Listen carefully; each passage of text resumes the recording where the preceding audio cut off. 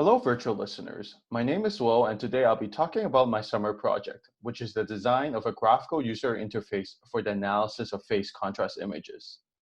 So, for non microscopy enthusiasts out there, you might be wondering, what is a phase contrast microscope? Well, a phase contrast microscope is basically a more powerful light microscope that can visualize cells without additional chemical treatment that is generally used to light up certain regions of a cell or kill the cell so it doesn't move, which means it's really helpful when you want to study cells in its natural environment for a long period of time. Currently, there are tools that can be used to analyze cells that are labeled with the chemical treatments I just mentioned, but there aren't many tools for the analysis of phase contrast images. The goal of this project is therefore to develop a user-friendly interface for the segmentation and analysis of phase contrast images. Now I'll walk you through the algorithm for segmenting cells. A black and white image can be conceived as a 2D matrix where each pixel is assigned a value, say from 1 to 10, with 10 being the darkest. Say you focus into a spot in the background, which is all black. And what you would expect is that these pixels might all be 10s, which is super black. Cell borders, interestingly, have this halo ring that draws a sharp contrast with the background.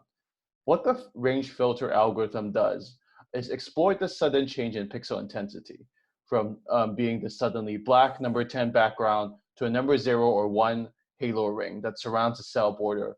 And this algorithm computes the change in pixel intensity in this teeny region.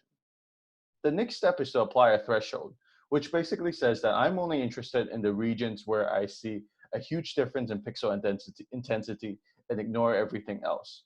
Once you do that, you should have a pretty good segmentation of the big objects, but you also have a lot of tiny unwanted debris. To solve this problem, you run an algorithm that assigns an object number and compute the area of each object, whether it's big or small. Once you're able to know the area of every single object, you define a cutoff that says if you're too small, you will be thrown out.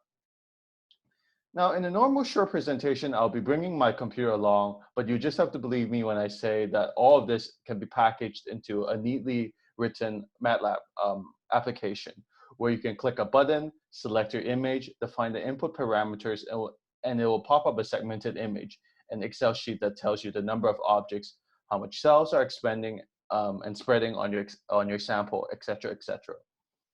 In the future, we would also like to determine if cells are orientated in a certain direction by convoluting the image with a bunch of 2D matrices.